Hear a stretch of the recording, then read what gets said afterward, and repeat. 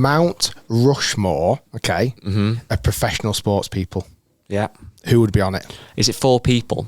I believe so. That's what we were doing it off anyway. Let me just double check. It's 4 people. Okay, off the top of my head, so don't hate me. Tiger Woods. Yeah. Michael Jordan. Yeah. Lionel Messi. Yeah. And you're keeping them as different sports, You rather don't have than, so Lionel. But it'd be hard. I think it's hard to get 2 Mount Rushmore characters in the same sport. But you could do. You could have gone like Pele or Maradona. But no, so I'll go with them. I've got one more. Ooh. Someone like Federer or Djokovic, potentially. Yeah. Or LeBron James. I don't know. It's hard. I'm not really into American sports. You might go thingy what you said. What's he called? Tom Brady. Go on, what was yours? Are you ready? Okay. Yeah. Mine's quite an eclectic mix. Go on. Okay.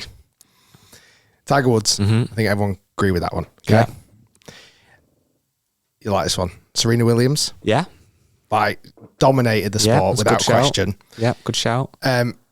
This one is more of a question mark. Go on. I actually went Ronaldo over Messi. No way. Because I don't believe that you can justify the success of a professional footballer via a World Cup.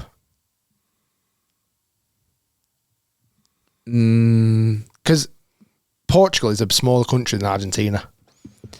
They've got less chance of winning the World Cup. Potentially. But I don't think... I think it's... My last one, real curveball.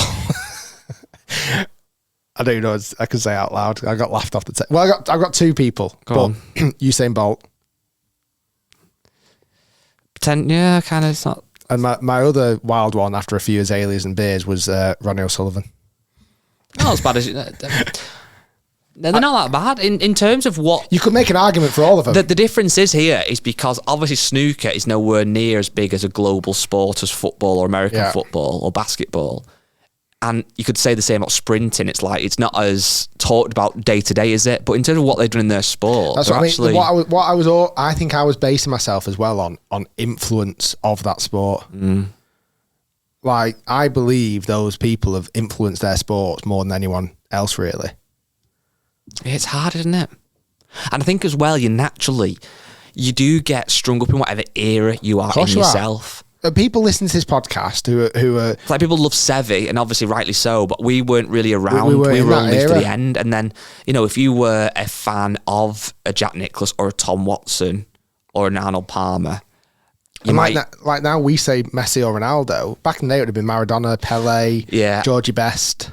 You're right. I think those 2, though, have started to transcend for the older people. Have gone, like, look at what they've done. But you're right, it does take a long, long time. And it's even like Scotty Scheffler now. If he does get to 7 majors next year or a couple of years or whatever it might be, I would still be going, he couldn't lace Tiger's boots, because you just have that thing, don't you, about that was my time.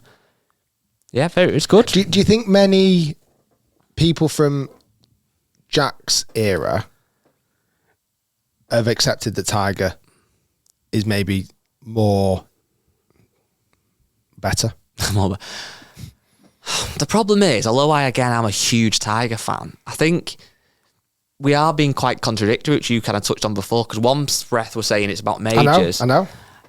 I don't know. I think what Tiger did and when we went back to before was how different he was. I think there's so much about him was just different.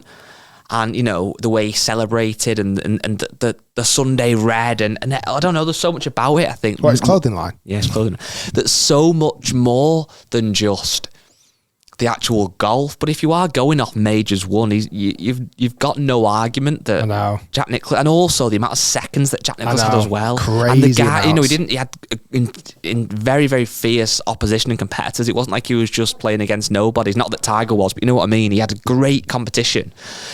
So I don't know, as much as I think that's us being stuck in our era, this Tiger era, you can't go against the facts that Jack Nicklaus has won more majors. Another question then. Do you think Tiger Woods has underachieved? No, I don't at all. I think he's been ridiculous. But what I did look at the other day in terms of underachievement is I was typing in Tiger Woods then, and Tiger Woods lookalike came up because I was looking at that for a potential video one time, but it didn't work. So if you look on Tiger's actual Wikipedia, what I kind of forgot about was... This podcast was brought to you by Wikipedia. If you look, actually, from... Obviously, Tiger won the Masters in 2019. His last major win before that was 2008, right? So 11 years. And if you look in between that, 2009, he had a great year in the majors. 10 was good. 11, he came a tied fourth, then a cut and didn't play another two. That big spell from 2010 to 2018, there is some top 10s and some seconds, etc. second, but there's no wins at all. So it's like he's almost had, pretty much apart from the 2019 Masters, a decade of no major wins. That's like 40 events with no wins. Obviously, he was injured and didn't play in quite a few of them, etc. But could he have got another couple in there? I don't know. Do you think he would have stayed healthy? Oh, yeah. That's what I'm saying. Oh, yeah, but that's not... Is that underachievement, though? Is that underachievement feels like you've not fulfilled your potential because of effort or work ethic? Whereas injury, I mean, even if it's preventable, is that a different thing? If someone said to you in 2008 that Tiger would only go on to win one more major to get to 15, you'd have thought they were insane. Yeah, you would. And that's obviously all he's done.